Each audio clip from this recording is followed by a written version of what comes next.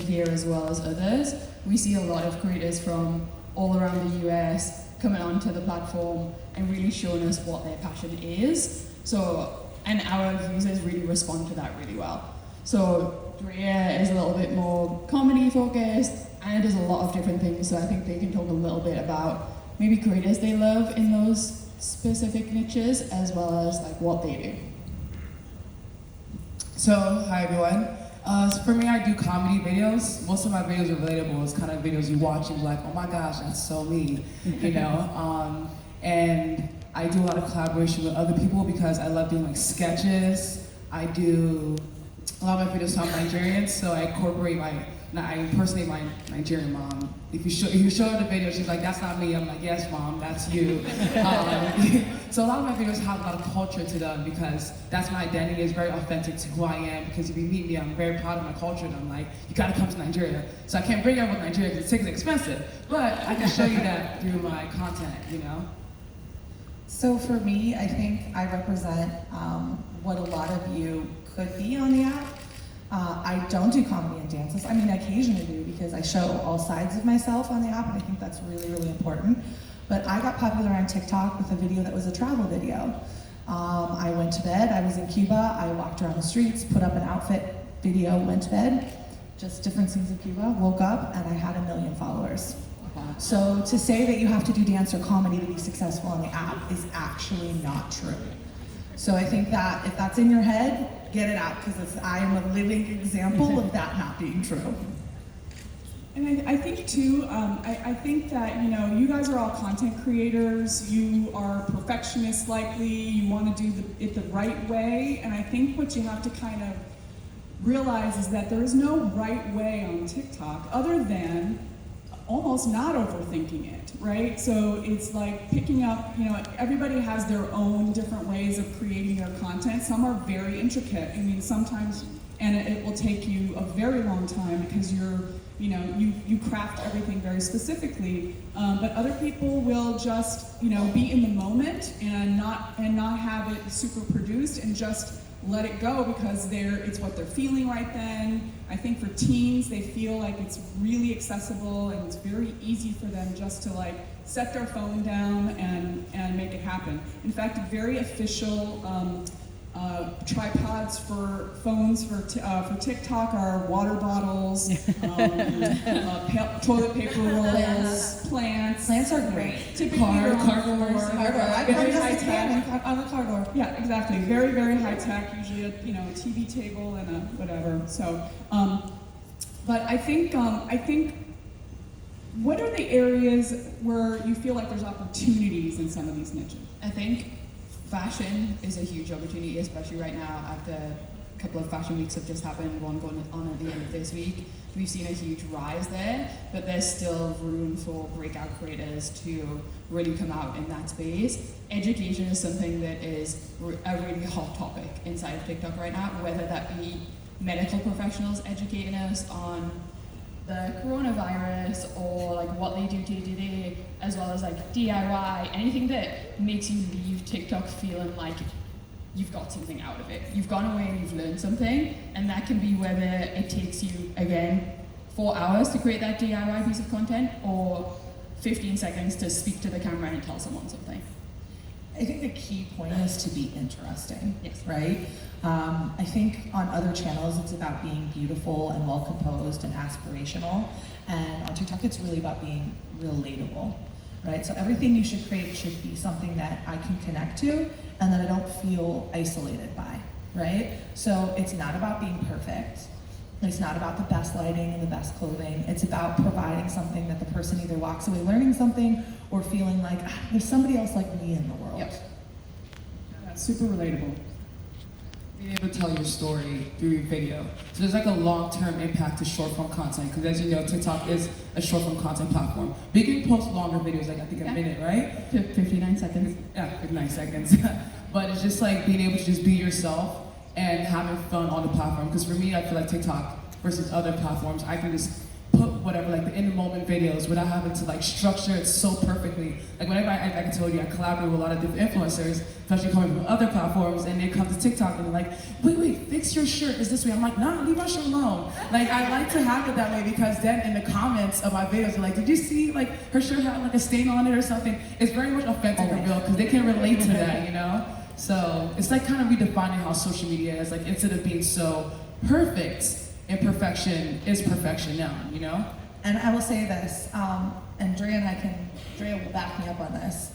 Every video where I'm like, oh man, I wish I'd done this better, I wish this was cut better, I wish this was edited better, I wish my dress didn't have that wrinkle in it. Every video like that is the one that gets millions and millions and millions of views. So it is very different than the world that you exist in some other channels. They want that imperfection because you're not relatable if you're perfect. For sure.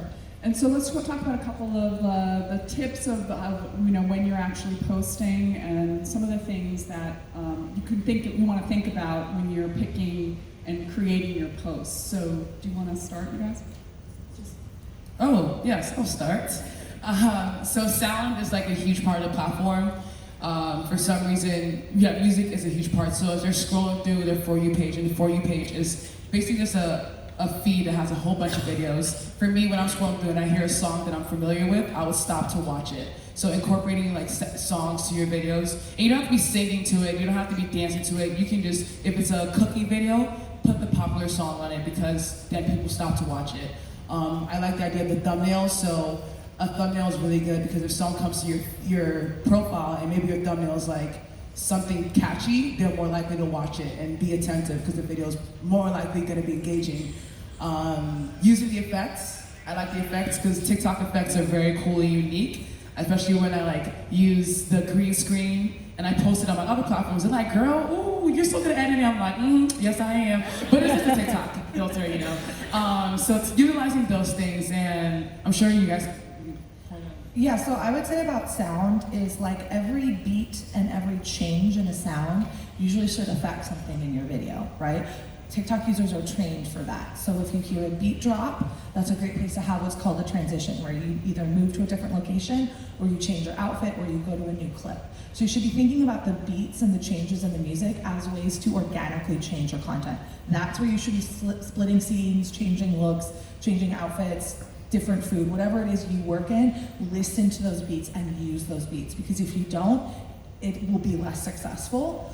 I would say that we talk a lot about watch time, and one of the big things that I see is people create videos that are just too long. In fact, we were watching something earlier and we were like, oh man, this needs to be 15 seconds. This doesn't need to be 45 minutes. So I know you guys have these beautiful shots sometimes that you want to have, this long, perfect shot. It's probably too long. So think about like how much you really need to show to tell the story versus like getting the perfect pretty shot. And we talk a little bit about Easter eggs, which is something going on in the background that has nothing to do with the core video. Those are really, really important because attention spans for teens are changing. Our generation, and I'm old. I'm an old on TikTok. I'm 35. I don't say that in public very often, but here we are. We look at, in my generation, we watch things and we catch the details, and that's all we need. So we can watch a 30-minute show and remember 5 minutes of it. This generation is hyper aware. So when they watch 15 seconds, they are watching the entire 15 seconds. So they want all of the details, and the more details you put in the background, the more they can relate to you. I have put a Diet Coke can in the back of my video sitting on a shelf, and then there's 30 comments down below where someone's like, girl, I love Diet Coke too. I didn't know you drank Diet Coke. Nothing in the video had anything to do with Diet Coke, but they will see it. So start thinking strategically, where am I filming? What's exciting about the background that adds an additional element to who I am? So you have to start thinking of yourself as a multifaceted person. You might be a fashion creator, but you also might really, really like, musicals. I looked at Courtney because I was just like, what does Courtney like? Courtney likes musicals. So you might have stuff about musicals in the background, just something that makes you relatable, something that makes you more human. And so really start thinking about who am I on the platform? How do I be the most human version of myself? This is not about yachts and champagne, though I wish sometimes it was. This is about real moments in your life. That's what people want to see on TikTok. Right, and the watch times part of it is, that's when you see the millions of views, is it's because someone has watched it through. That's why sometimes the dance videos have a lot of views, because they're learning the choreography and they watch it over and over. You also can have something fun or a blooper or something right at the very end, or something that will make somebody want to watch it again. So those are just some things to think about. Yeah, I think before we move on to the next slide, which slides into this nicely, there are a couple of things that are on here that are about discoverability on the platform. So sound choices are a huge thing around discoverability. Every time you use a sound, it puts a little like record circle wheel in the bottom right hand corner. If you click that, it lists everyone's video under that sound. So it almost acts like a hashtag. Same with trends, usually have an associated hashtag, and effects as well. So if you use an effect in a really interesting and unique and organic way, your video can, and it does very well, your video can potentially sit at the top of that effects page. So green screen, for example, I'm sure these guys have a couple that sit at the top of the effects page on green screen because they used it really in really interesting ways. Right, so it makes it really easy to look at, like I said, you tap on that sound, you can see everything that's been done for that sound. You can see how many videos have been created for that sound, so you can kind of see, and there's all different kind of trending lists and things, and so if you're trying to figure out, like you find that there's something that you feel you'd be good at or that you'd like to try, that's a good way to look at it, and you also can see examples and things like that. Yeah, it's a good jumping off point too. If you go onto our Discover page, which is the little magnifying glass icon along the bottom, you can see like the most recent trends. So you're able to like take your lead from one of those. So if you're doing a food video, you can take that trend and like switch it up to make it like perfect for food. And it's different, right? Because people don't want to see this. You can see the dances as many times as you want, but once you've seen them 10 times, it's like, I know what that dance is. So if you can do something with that sound, with that trend in your own vertical of content, then it can do really well. Yeah, I've done a lot with that. So Yeah. a lot of the dance things I've turned into like transitions for clothing. So I might even do the dance sometimes, but like that dance move will change something about my outfit. And it's like adding an additional layer to that trend and making it something different. Yep. So then obviously everybody asks about the hashtags and the hashtag FYP or hashtag for you or for you page, and is it really a thing, Stephanie? It's not really a thing. It's like using the hashtag TikTok. You can imagine how many posts are under hashtag FYP does not get your content onto, every piece of content goes onto the For You page or someone's For You page. So using it is not going to make your content go viral. It's not going to give you any boost or anything along those lines. So I think that I would stay away from using it. But what about hashtags in general for discoverability? Yeah, I think that, so each hashtag has its own individual hashtag page, and it usually has like a little byline to tell you what that hashtag is about. So you can go onto the hashtag page, you can see it, and you can create that trend. Or specifically, if you are doing something to do with food or fashion, make sure that the hashtags are relative to the video that you're posting. Because in Barbara's case, if she's working with a brand and she's looking for fashion bloggers, or fashion TikTokers, then she's gonna search fashion. And then all of the videos under that hashtag are gonna come up, and she can like look at your guys' videos and be like, okay, I wanna use this person, this person, this person. I would say always check out the videos under a hashtag to see how old they are too. Because if they are really old, you probably should not use that hashtag because it's dead. Things move on, right? So I think that's one of a big mistake I see that people make with hashtags is they pick up on a trend or a hashtag that is very old. What that also does is when people see your amazing video that you spend a lot of time on, is they go, oh, this person didn't know. Yep. This is old. You know, and she didn't know. And it puts this negative in their mind, which is like you can avoid completely by just checking out that hashtag before you post it and finding the one that's current and relevant that actually helps. And you can see all the current hashtags on this. Discover page, the magnifying glass. It has all the hashtags that are trending. So when you say like trends, there's like probably like different challenges that are going on TikTok, and you can just join in and easily just like get into the app. And almost every single category has something on that page or something that you can make in relation to what you're doing. There's like a hashtag now like pets on TikTok, and you can film your dogs or cats, there's so many opportunity for whatever type of content you're making to join. I mean, they really can be thought starters if you're trying to like think about something you might want to do, but also if you know, it's like anything, just don't use all the spammy hashtags just because you think it's going to put you on a popular page or something else that's trending if it's not relatable at all to what you're actually creating. Candidly, it's better to spend your time making good content than thinking about the right hashtag. Because a great piece of content with no hashtags is still going to do well.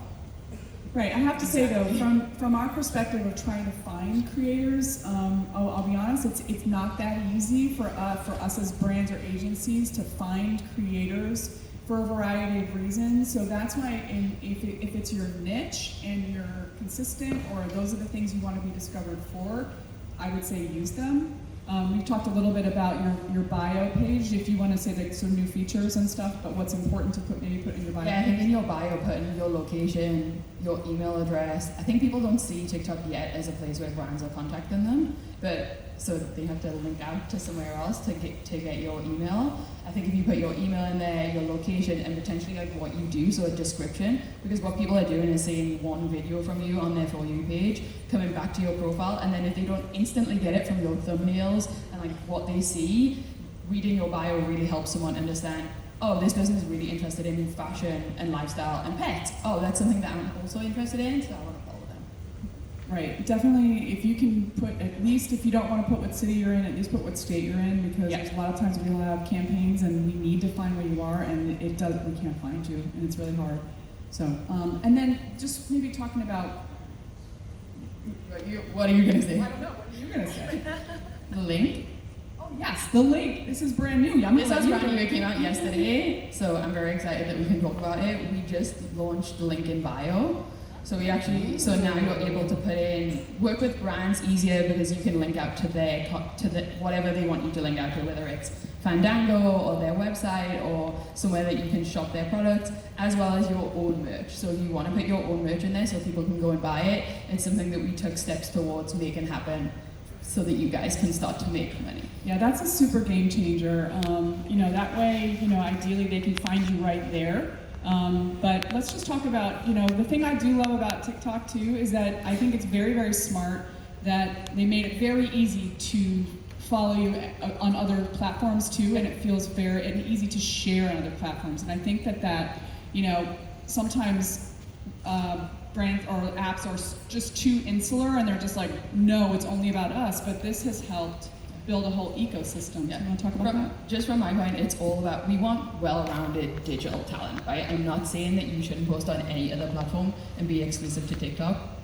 Not what we want. We want TikTok to be an addition to your other platforms, to show potentially another side of you, like the more authentic, the type of things that you don't want to share on your other platforms is what we want to see from you on TikTok. So what we're not doing is limiting. So you can link out on your profile to your YouTube and to your Instagram directly, just by like putting in your URLs, and then there's a little button that you can click. And I can speak on the cross-promoting content part. The link in bio part and feature is so amazing because I recently launched a podcast. Let me plug myself. Do for the content. Number 4 is for creative people, aspiring creators. They need tips for creating. You go there and listen to it. But I was telling my audience, and I know my audience, most of them are Gen Z, and I'm like, how can I get them to go listen to it without being like, hey, what's up, y'all? Go listen to my podcast. So I'm like, okay, I can incorporate the green screen and show what the my podcast page looks like. And I incorporated a sound that was popular, so it got like more visibility. And I told them it's in the link in bio to go directly to go listen to the podcast and give me a rating. And then they all went to go do that. Well, majority of them that are loyal. You know what I'm saying? But yeah, so it's such a great feature because the cross promoting is more easier for us. And I love that you don't want us to just be on TikTok. You want us to be diversified across all platforms. So for me, TikTok has really like changed my life, and that sounds like a really like cheesy thing to say, but it really has. I'm plus size, obviously, and there's on Instagram and some other of the channels, even YouTube, you kind of get put in a box. You do plus size things. You're a plus size person. So here are the things that plus size people do on the internet, and congrats, that's what you do now. And that is how that world works. And I always felt like I only got to show a part of myself, and that who I got to work with and what I got to experience was limited by my size. So I went on TikTok to create content that I felt wasn't welcome on other platforms because of who I was. And what was crazy is what I found is it opened up this side of creativity in me that I didn't feel like I had a right to access. And I think it's really, really powerful when you stop thinking about what you can't do and start thinking about what you can.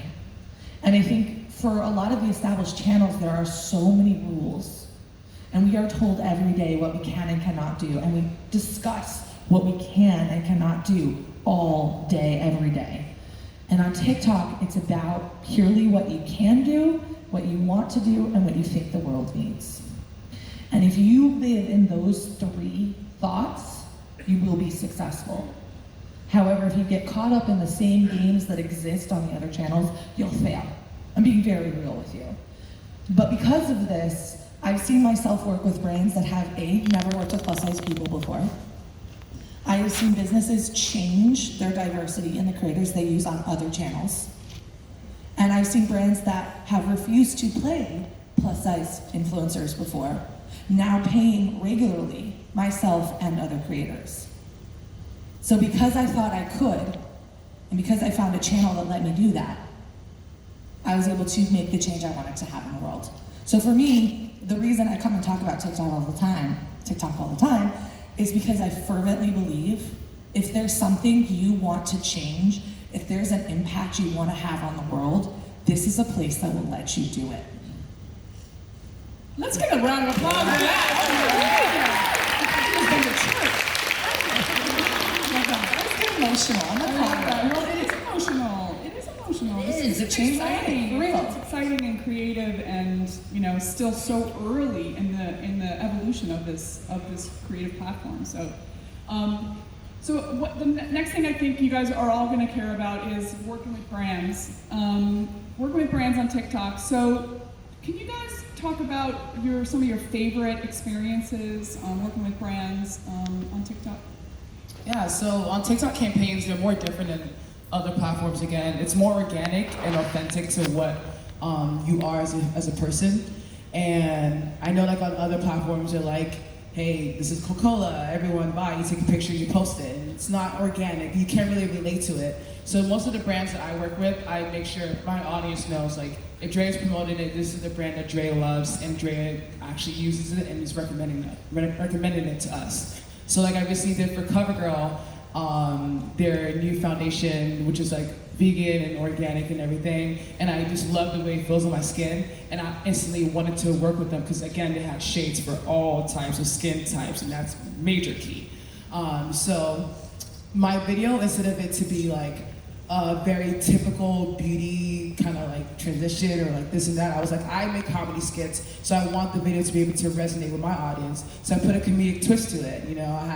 I was walking down, taking my selfies, had some haters behind me. I looked at them, I went up to them, I hit them with my makeup brush, and then they're like, oh my gosh, yes, CoverGirl. If you see the video, it makes more sense, but it got like 24 million views, has 1 million likes right now, and it's because it was relatable to my audience, and it's the type of content that they love, and they see that this is the brand that I'm working with, and they want to support me too, So that's typically how like most campaigns are on TikTok, and it's never like, hey, we want you to do it this way. The brands know they need to give the creators that creative freedom to do. Because they are afraid and don't know what they're doing either, so they just want you to do your thing because you know what you're doing. I mean, that's really what comes across right now. They're just like, we're not really sure, so you just do your thing, be you.